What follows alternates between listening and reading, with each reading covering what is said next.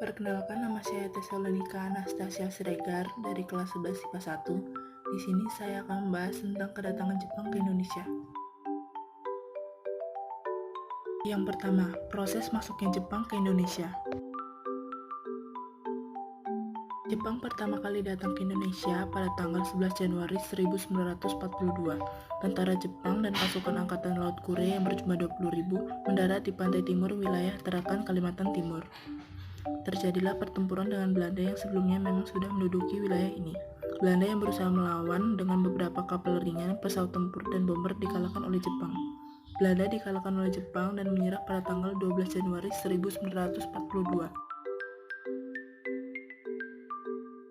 Setelah berhasil menguasai Kalimantan, Jepang bergerak untuk menguasai daerah-daerah lain di Luar Jawa. Jepang langsung bergerak ke Sumatera, Palembang pada 14 Februari 1942. Pada bulan Februari hingga Maret, Jepang melakukan serangan laut besar-besaran ke Pulau Jawa. Pada tanggal 1 Maret, Jepang berhasil mendarat di 3 tempat sekaligus, yaitu Teluk Banten, Eratan Wetan, dan Keragan.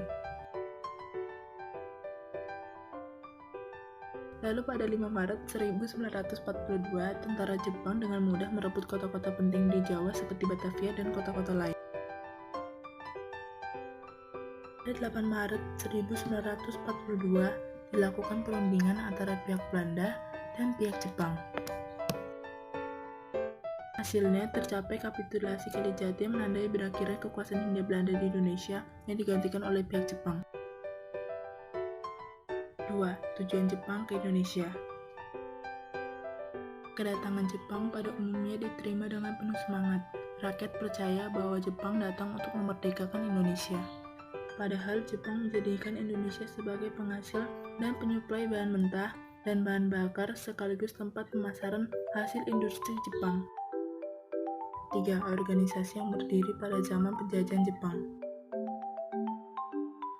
Organisasi pertama ada Gerakan 3A, kedua Heiho, ketiga Pembela Tanah Air atau PETA, keempat ada Seinendan atau Barisan Pemuda, kelima ada Keibodan atau Barisan Pembantu Polisi, dan keenam Fujinkai atau Perhimpunan Wanita. Organisasi pertama ada Gerakan 3A. Gerakan 3A didirikan pada tanggal 29 Maret 1942. Gerakan 3A mempunyai 3 semboyan, yaitu Nippon Pemimpin Asia, Nippon Pelindung Asia, dan Nippon Cahaya Asia. Gerakan ini bertujuan untuk menarik simpati bangsa Indonesia agar membantu Jepang.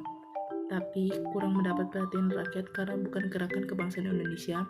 Gerakan ini akhirnya dibubarkan. Organisasi kedua ada Heiho. Heiho dibentuk pada tanggal 2 September 1942. Merupakan pasukan yang terdiri dari bangsa Indonesia yang dibentuk oleh tentara pendudukan Jepang di Indonesia. Bertujuan untuk memperkuat pertahanan militer di Angkatan Udara, Laut, dan Kepolisian. Organisasi ketiga ada Pembela Tanah Air atau PETA. PETA adalah sukarelawan yang dibentuk oleh pemerintahan Jepang saat menguasai bangsa Indonesia. Tentara Pembela Tanah Air dibentuk pada tanggal 3 Oktober 1943. Organisasi keempat ada Seinendan atau Barisan Pemuda. Merupakan sebuah organisasi barisan pemuda yang dibentuk pada tanggal 9 Maret 1943 oleh tentara Jepang. Tujuan dari organisasi Seinendan ini adalah untuk mendidik dan melatih para pemuda agar dapat mempertahankan tanah airnya.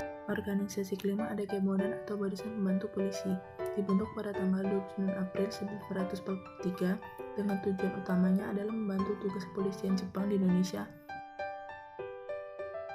Organisasi keenam ada Fujinkai atau Himpunan Wanita, dibentuk pada bulan Agustus 1943, merupakan organisasi bentukan Jepang khusus pada wanita. Fujinkai melakukan tugas-tugas sosial seperti pemberantas buta huruf, membangun fasilitas kesehatan, dan lain-lain. 4. Mundurnya Jepang. Dikarenakan Jepang kalah dalam Perang Dunia Kedua. Puncak dari kekalahan Jepang yaitu di mana-mana pasukan Jepang kalah terhadap pasukan sekutu. Pasukan sekutu yang dipimpin oleh Amerika Serikat berhasil mengadakan pengoboman terhadap 2 kota di negara Jepang, yaitu Hiroshima pada tanggal 6 Agustus 1945 dan Nagasaki pada tanggal 9 Agustus 1945. Penyerahan diri Jepang secara resmi dilakukan pada 2 September 1945.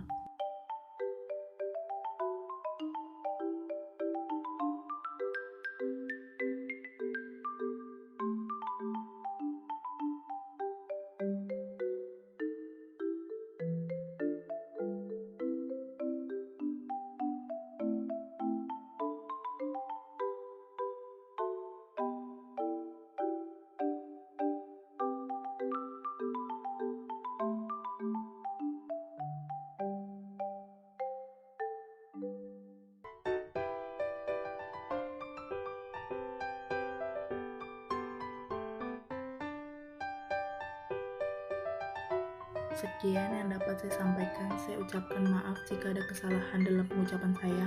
Saya ucapkan terima kasih dan semoga bermanfaat.